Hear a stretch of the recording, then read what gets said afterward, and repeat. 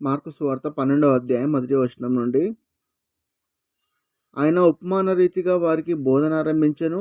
ఎట్లనగా ఒక మనుషుడు ద్రాక్ష తోట నాటించి దాని చుట్టూ కంచె వేయించి ద్రాక్షల తొట్టి తొలిపించి గోపురము కట్టించి కాపులకు దానిని గుత్తకిచ్చి దేశాంతరము పోయెను.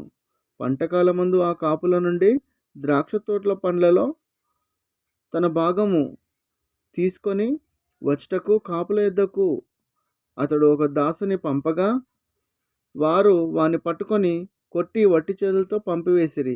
మరలా అతడు మరి ఒక దాసుని వారి యొద్దకు పంపగా వారు వాని తల గాయం చేసి అవమానపరిచిరి. అతడు మరి ఒక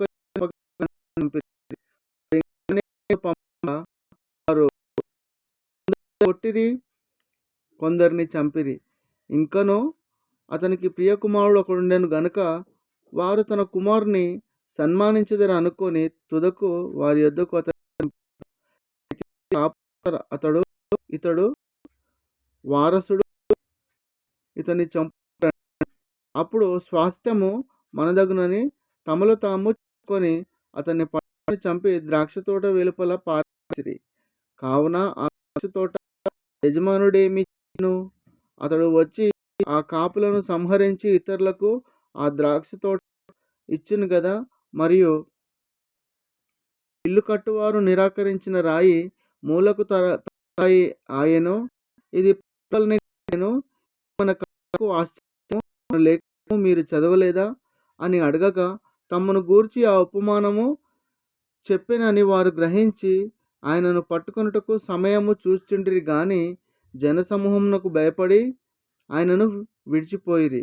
వారు మాటలలో ఆయనను చిక్కుపరచవలనని పరిసయ్యులను హేరోదీయులను కొందరిని ఆయన యొద్దకు పంపిరి. వారు వచ్చి, బోధకుడా, సత్యవంతుడవు, నీవు ఎవరిని లక్ష్యపెట్టని వాడవని మేమెరుగుదుము.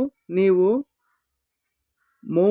మోమోటము లేని వాడవై దేవుని మార్గము సత్యంగా బోధించువాడవు. కైసరునకు పనిచ్చుట న్యాయమా కాదా? ఇచ్చదమా ఇయ్యకుందమా అని ఆయనను అడిగిరి. ఆయన వారి వేషధారణను ఎరిగి, మీరు ఎందుకు శోధిస్తున్నారు? ఒక దీనారము నా యొద్దకు తెచ్చి చూపుడని వారితో చెప్పెను. వారు తెచ్చిరి. ఆయన ఈ రూపమును పైవ్రాతయు ఎవరివని వారిని అడగగా వారు కైసరివి అనిరి. అందుకు యేసు, కైసరివి కైసరునకు, దేవునివి దేవునికి చెల్లించుడని వారితో చెప్పగా వారాయనను గూర్చి బహుగా ఆశ్చర్యపడిరి. పునరుత్థానము లేదని చెప్పేడి సదుకాయులు ఆయన యొద్దకు వచ్చి, బోధకుడా, తన భార్య బ్రతికి ఉండగా ఒకడు పిల్లలు లేక చనిపోయిన ఎడల వాని సహోదరుడు వాని భార్యను పెళ్లి చేసుకొని తన సహోదరునికి సంతానము కలుగజేయవలనని మోషే మాకు వ్రాసి ఇచ్చెను. 7 సహోదరులుండిరి.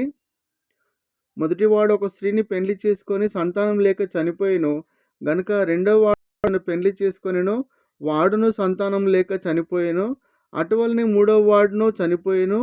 ఇట్లు 7 సంతానం లేకయే చనిపోయిరి. అందరి వెనుక ఆ స్త్రీయు చనిపోయెను. పునరుత్థానమందు వారిలో ఎవనికి ఆమె భార్యగా ఉండును?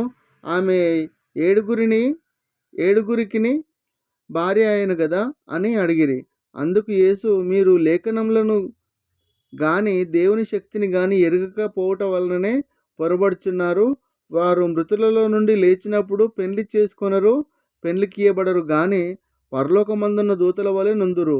వారు లేచెదరని మృతులను గూర్చిన సంగతి మోషే గ్రంథమందలి పొదను గురించిన భాగంలో మీరు చదవలేదా? ఆ భాగంలో దేవుడు, నేను అబ్రహాము దేవుడను, ఇస్సాకు దేవుడను, యాకోబు దేవుడనని అతనితో చెప్పాను. కావున ఆయన సజీవుల దేవుడు గాని మృతుల దేవుడు కాడు. కావున మీరు బహుగా పొరబడుచున్నారని వారితో చెప్పాను. శాస్త్రులలో ఒకడు వచ్చి వారు తర్కించుట విని ఆయన వారికి బాగుగా ఉత్తరం ఇచ్చానని గ్రహించి, ఆజ్ఞలన్నిటిలో ప్రధానమైనదేది అని ఆయనను అడిగాను. అందుకు యేసు, ప్రధానమైనది ఏదనగా, ఓ ఇశ్రాయేలు వినుము, మన దేవుడైన ప్రభువు అద్వితీయ ప్రభువు. నీవు నీ పూర్ణ హృదయంతోనూ పూర్ణాత్మతోనూ నీ పూర్ణ వివేకంతోనూ నీ పూర్ణ బలంతోనూ నీ దేవుడైన ప్రభువును ప్రేమింపవలను నన్నున్నది ప్రధానమైన ఆజ్ఞ. రెండవది, నిన్ను వలె నీ పొరుగువాన్ని ప్రేమింపవలనన్నది రెండవ ఆజ్ఞ. వీటికంటే ముఖ్యమైన ఆజ్ఞ మరేదియూ లేదని అతనితో చెప్పాను. ఆ శాస్త్రి, బోధకుడా, బాగుగా చెబుతివి. ఆయన అద్వితీయుడనియు ఆయన తప్ప వేరొకడు లేడనియు నీవు చెప్పిన మాట సత్యమే. పూర్ణ హృదయంతోనూ పూర్ణ వివేకంతోనూ పూర్ణ బలంతోనూ ఆయనను ప్రేమించుటయు, ఒకడు తన్ను వలె తన పొరుగువాని ప్రేమించుటయు సర్వాంగ హోమములన్నిటికంటేనూ బల్ల కంటేనూ అధికమని ఆయనతో చెప్పాను. అతడు వివేకంగా నుత్తరమిచ్చినని యేసు గ్రహించి, నీవు దేవుని రాజ్యమునకు దూరంగా లేవని అతనితో చెప్పాను. ఆ తరువాత ఎవడునూ ఆయనను ఏ ప్రశ్నయు అడగతెగింపలేదు. ఒకప్పుడు యేసు దేవాలయంలో బోధించుచుండగా, క్రీస్తు దావీదు కుమారుడని శాస్త్రులు చెబుతున్నారేమి? నేను నీ శత్రువులను నీకు పాదపీఠంగా ఉంచు వరకు నీవు నా కుడివైపున కూర్చుండుమని ప్రభువు నా ప్రభువుతో చెప్పాను అని దావీదే పరిశుద్ధాత్మ వలన చెప్పాను. దావీదు ఆయనను ప్రభు అని చెప్పుచున్నాడే, ఆయన ఎలాగూ అతని కుమారుడగునని అడిగాను. సామాన్య జనులు ఆయన మాటలు సంతోషంతో వినుచుండిరి. మరియు ఆయన వారికి బోధించుచు నిట్లనెను, శాస్త్రులను గూర్చి జాగ్రత్త పడుడి. వారు నిలువుటంగీలు ధరించుకొని తిరుగుటను, సంత వీధులలో వందనములను, సమాజ మందిరములలో అగ్రపీఠములను, విందులలో అగ్రస్థానములను కోరుచు, విధవరాండ్ల ఇండ్లు దిగమ్రింగుచు మాయావేషముగా దీర్ఘ ప్రార్థనలు చేయుదురు. వీరు మరీ విశేషంగా శిక్ష పొందుదురనెను. ఆయన కానుక పెట్టె ఎదుట కూర్చుండి జనసమూహము ఆ కానుక పెట్టెలో డబ్బులు వేయుట చూచుండెను. ధనవంతులైన వారనేకులు అందులో విశేషంగా సొమ్ము వేయుచుండిరి. ఒక బీద విధవరాలు వచ్చి 2 కాసులు వేయగా, ఆయన తన శిష్యులను పిలిచి, కానుక పెట్టెలో డబ్బులు వేసిన వారందరికంటే ఈ బీద విధవరాలు ఎక్కువ వేసినని మీతో నిశ్చయంగా చెప్తున్నాను. వారందరూ తమకు కలిగిన సమృద్ధిలో నుండి వేసిరి గాని, ఈమె తన లేమిలో తనకు కలిగినదంతయు, అనగా తన జీవనమంతయు వేసెనని చెప్పాను.